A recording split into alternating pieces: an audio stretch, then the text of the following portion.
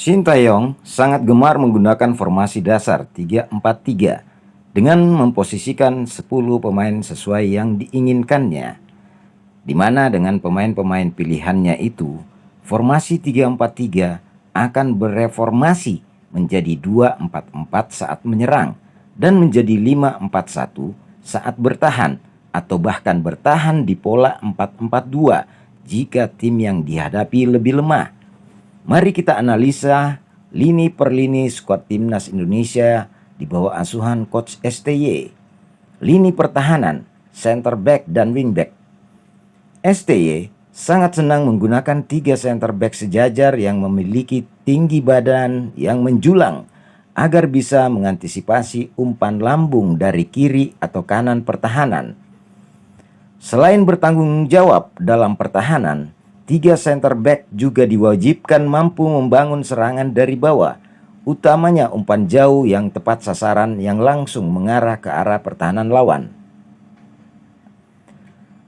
Di posisi ini, STY mempunyai stok pemain yang lumayan banyak yang bisa digonta-ganti apabila ada salah satu pemain yang tidak bisa dimainkan karena cedera atau hal lainnya, seperti Jay Edises, Justin Hapner, Rizky Ridho, Jordi Amat, Elkan Bagot, Muhammad Ferrari, Komang Teguh, Alfeandra Dewangga.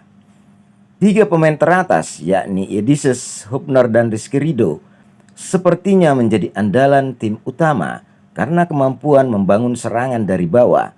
Dan apabila dibandingkan antara Rizky Ridho dan Jordi Amat, maka tentulah Jordi Amat sedikit lebih bagus.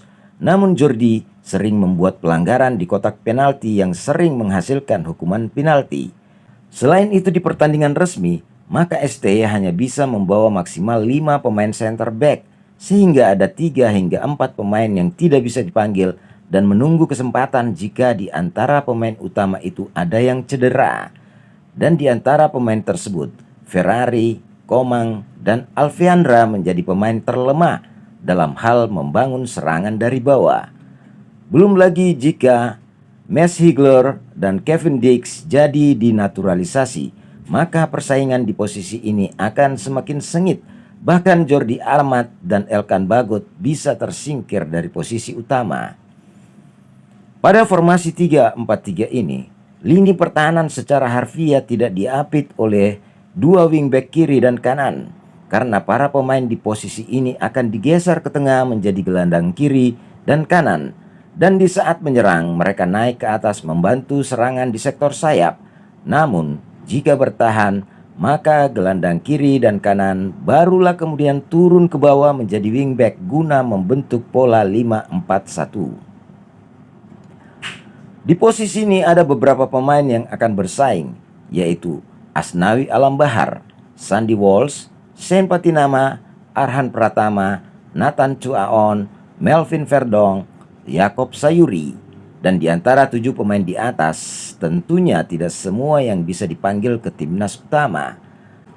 Dalam set play eksekusi bola mati seperti corner kick misalnya, biasanya 3 center back akan naik ke kotak penalti lawan untuk membantu serangan guna memanfaatkan sundulan bola atas, sehingga STY membutuhkan gelandang kiri dan kanan untuk mengcover posisi yang ditinggalkan center back karena skill multi posisi yang mereka miliki. Maka pemain yang bisa mengcover posisi ini adalah Asnawi, Sandy Walsh, Shane Patinama, Melvin, dan Nathan, sehingga 2 pemain yakni Arhan dan Yakob berpotensi tergeser dari posisi ini karena tidak memiliki kemampuan dan pengetahuan dalam membaca permainan lawan di area center back. Tentu kita masih ingat bagaimana Arhan kerepotan dalam laga melawan Korea di Piala AFC usia 23 yang lalu yang membuahkan gol bagi Korea ketika dia mengcover posisi tersebut. Melihat dari analisa masing-masing pemain di lini pertahanan, maka peluang dipanggil STY di timnas senior di kualifikasi Piala Dunia nanti sebagai berikut: Jay Edises, Justin Hapner, Rizky Ridho, Jordi Amat, Elkan Bagot, Asnawi Alam Bahar, Sandy Walsh, Shane Patinama, Nathan Chuaon, Melvin Verdong. Ditambah 3 kiper, maka total pemain utama sementara adalah 13 orang. Dan jika STY hanya bisa mendaftarkan 23 pemain, maka 10 sisanya akan diperebutkan oleh pemain tengah dan pemain depan. Lini tengah.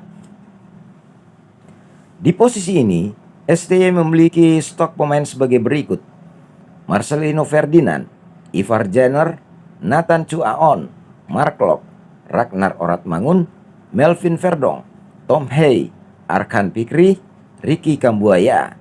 Dalam pola 3-4-3, 4 pemain tengah diisi gelandang tengah playmaker dan gelandang bertahan yang diapit 2 gelandang kiri dan kanan. Jadi dengan pola ini, gelandang serang tidak ada, namun digeser sebagai second striker atau sebagai pemain sayap yang bebas bergerak di area pertahanan lawan. Atau bisa juga gelandang tengah yang berfungsi sebagai gelandang serang ditemani gelandang bertahan, sekaligus playmaker ataupun sebaliknya. Tapi timnas Indonesia tidak memiliki tipe pemain seperti ini. Tapi bisa dicoba dengan memainkan Ivar Jenner berpasangan dengan Marcelino Ferdinand. Nah, berikut komposisi 2 pemain gelandang di tengah yang bisa atau biasa digunakan Sintayong sebagai berikut: Ivar Jenner plus Marcelino, Ivar Jenner plus Arkan Fikri, Ivar Jenner plus Tom Hey, Ragnar Oratmangun plus Tom Hey, Ivar Jenner plus Mark Locke, Ivar Jenner plus Nathan, Nathan plus Tom Hey, Mark Locke plus Tom Hey, Verdonk plus Tom Hey, Mark Locke plus Ricky Kambuaya. Itulah 10 kombinasi posisi di tengah yang bisa digunakan STY untuk membingungkan lawan. Dan dari 10 tactical formasi di tengah itu, pasangan Ivar dan Tom Hey sudah terbukti kekuatannya karena kedua pemain ini memiliki skill playmaker yang baik, di mana dalam sebuah tim seorang playmaker sangat dibutuhkan sebagai pengatur ritme permainan dan kecepatan, serta memberikan umpan-umpan manis dan terukur kepada pemain di depan. Selain itu, Ivar Jenner juga memiliki kemampuan bertahan yang baik sebagai gelandang bertahan. Jadi kita punya stok gelandang bertahan yang banyak, bahkan center back seperti J.A. Dices dan Justin Hubner bisa didorong ke tengah. Namun stok playmaker di timnas kita hanya punya 2 pilihan. 2 pilihan pemain, yaitu Tom Hey dan Ivar Jenner. Pertanyaannya, bagaimana kalau kedua pemain ini cedera? Jawabannya, timnas Indonesia sudah tidak memiliki lagi pemain seperti ini. Sebab di Liga Indonesia, walaupun kita cari dari Sabang sampai Merauke, tidak ada lagi pemain yang punya kualitas seperti Ivar dan Hey. Jadi total pemain yang bisa dipanggil STY dari lini belakang hingga lini tengah setelah beberapa pemain dicoret sebagai berikut. Yang pertama J.A. Dices, yang kedua Justin Hubner, yang ketiga Rizky Ridho, keempat Jordi Amat, kelima Elkan Bagot, keenam Asnawi Alam Bahar, ketujuh Sandy Walsh, kedelapan Sen Patinama, ke-9 Nathan Chu Aon, ke-10 Melvin Verdonk, ke-11 Ivar Jenner, ke-12 Tom Hey, ke-13 Mark Locke, ke-14 Marcelino Ferdinand. Jumlahnya ada 14 pemain ditambah dengan 3 kiper, maka totalnya jadi 17 pemain. Jika jatah timnas adalah 23 pemain, maka ada 6 pemain di depan yang akan memperebutkan posisi pemain di lini depan tersebut. Lini depan. Di posisi ini, STY punya pilihan sebagai penopang lini depan. Beberapa pemain tersebut sebagai berikut: Witan Sulaiman, Egy Maulana Fikri, Marcelino Ferdinand, Ragnar Oratmangun, Yakob Sayuri, Yance Sayuri, Rafael Struik, Ramadan Sananta, Hoki Caraka. Ada 9 stok pemain di lini depan. Jadi kalau ada 6 pemain yang akan dipanggil, maka lini depan kelebihan 1 pemain. Adapun pemain tersebut sebagai berikut: Witan Sulaiman, Egy Maulana Fikri, Yakob Sayuri, Yance Sayuri, Rafael Struik, Ramadan Sananta, Hoki Caraka. Kalau dilihat komposisi 7 pemain tadi, maka terlihat kita memiliki banyak sekali stok pemain yang berperan sebagai wing atau second striker dibanding forward atau striker murni. Belum ditambah dengan Marcelino dan Ragnar, sehingga besar kemungkinan satu wing akan dihapus untuk melengkapi 6 pemain lini depan yang akan dipanggil ke tim utama. Besar kemungkinan Yance Sayuri yang akan dihapus dari daftar karena jarang bermain atau diturunkan di timnas. Khusus Ramadan Sananta dan Hoki Caraka, 2 pemain ini masih menjadi problem bagi timnas Indonesia, sehingga STY hanya mengandalkan 1 pemain forward, yaitu Rafael Struik. Ramadan Sananta adalah pemain hebat di Liga Indonesia dan sangat gacor bermain di klubnya. Menjadi pemain yang sangat diincar oleh banyak klub di Liga Indonesia. Begitupun di Asian Games, Ramadan Sananta seolah tak tergantikan. Namun, jika bermain di level internasional, setingkat Piala Asia dan kualifikasi Piala Dunia yang levelnya jauh di atas Liga Indonesia dan SEA Games, maka sangat terlihat kelemahan yang sangat besar yang dimiliki oleh pemain ini. Kelemahan Sananta ada di sektor stamina. Sananta hanya bisa bermain 30 menit saja di lapangan.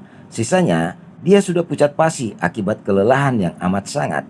Kelemahan yang lainnya adalah tidak memiliki pengetahuan membaca permainan lawan untuk keluar dari tekanan pemain belakang musuh. Dan kelemahan berikutnya adalah kemampuannya berperan sebagai pemain nine falls tidak ada sama sekali. Di mana kita ketahui bahwa peran striker sebagai nine falls bukan melulu untuk mencetak gol, tapi juga pandai membuka ruang bagi pemain lain untuk masuk ke kotak penalti dan mengoyak jala gawang musuh. Selanjutnya, Hoki Caraka. Pemain ini masih muda, perlu pengalaman bertanding di level internasional untuk mengasah mental bertanding dan kemampuannya, terutama mengasah pengetahuannya bagaimana berperan sebagai nine falls di depan. Sehingga mungkin tidak apa-apa jika dipanggil ke skuad timnas senior, walaupun hanya sebagai penghias bangku cadangan. Nah, jika Ramadan Sananta dicoret dari daftar, maka tidak ada lagi calon striker murni yang bisa menggantikannya di Liga Indonesia. Karena Indonesia kekurangan satu pemain di posisi ini di timnas. Oleh karena itu, PSSI perlu menaturalisasi satu pemain forward lagi untuk mengisi satu slot yang kosong. Kabar bergabungnya oleh Romeni tentunya menjadi kabar gembira bagi timnas Indonesia guna memperkuat serangan di lini depan Indonesia.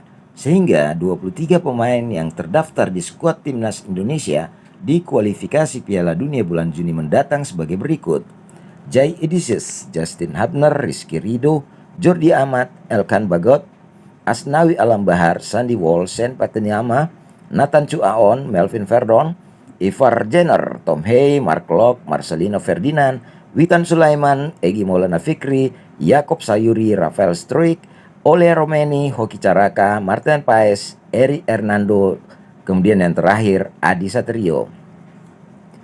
Catatan buat posisi kiper. Selain ketiga pemain tadi, maka ada lagi pemain naturalisasi seperti Audero Mulyadi, Cyrus Margono, dan Daniel Klein yang menambah semaraknya daftar kiper tim Indonesia. Dengan 23 pemain yang merata di setiap lini, maka SDE mampu merotasi pemainnya di setiap pertandingan sesuai taktik yang diinginkannya atau menghindari kelelahan pemain jika bertanding di kompetisi yang padat pertandingan, semisal Piala Asia lalu ataupun Piala Dunia jika Indonesia bisa lolos ke sana. Analisis ini hanya mencakup tactical formasi, tidak termasuk taktik lainnya seperti set play atau game plan yang menjadi rahasia seorang pelatih dan hanya bisa dianalisa setelah pertandingan timnas selesai dimainkan. Nah, setelah analisis ini kita uraikan, maka pertanyaannya adalah bagaimana seandainya jika tidak ada pemain naturalisasi di tubuh timnas?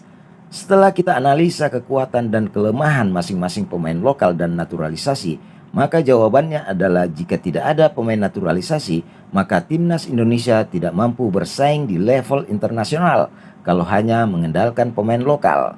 Semua ini membuka mata kita bahwa betapa kacaunya kompetisi Liga Indonesia yang belum bisa mencetak banyak pemain profesional yang memiliki skill internasional, karena kita hanya punya Rizky Ridho, Witan Sulaiman, Egy Maulana Fikri, Marcelino Ferdinand, Yakob Sayuri, dan Ricky Kambuaya saja. Jumlah itu sangat minim sekali, kurang dari 10 pemain di lapangan dalam tactical formation 3-4-3, belum termasuk 10 pemain di bench cadangan. Parahnya, sepak bola di Indonesia karena klub tidak mampu membiayai kompetisi usia muda berjenjang, tidak mampu membangun akademi sendiri karena keterbatasan finansial.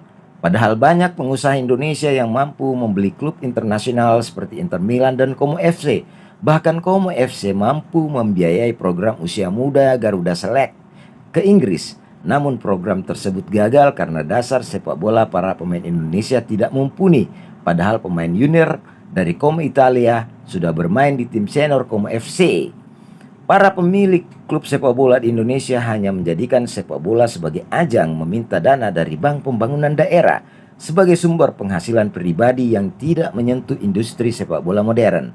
Selain itu, sepak bola Indonesia hanya dijadikan ajang politisasi massa guna meningkatkan popularitas. Banyak klub di Indonesia beserta para pemain timnas generasi gagal membelokkan fakta membodohi supporter dengan menyerahkan tanggung jawab pembinaan usia muda kepada PSSI. Padahal tugas konfederasi di suatu negara hanya menyiapkan format kompetisi berupa penyelenggaraan sebuah liga.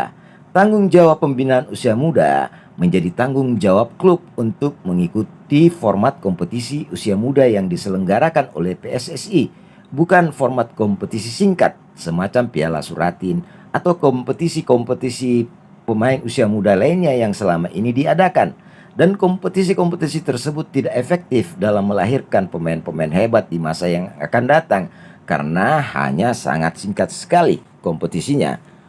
Pemain lokal kita banyak yang tinggal kelas. Lebih parah lagi jika tinggal kelas di sekolah, maka mereka hanya mengulang di kelas yang sama. Tapi jika pemain football lokal tinggal kelas di kelas 6, maka mereka harus turun kembali mengulang ke kelas 1 SD.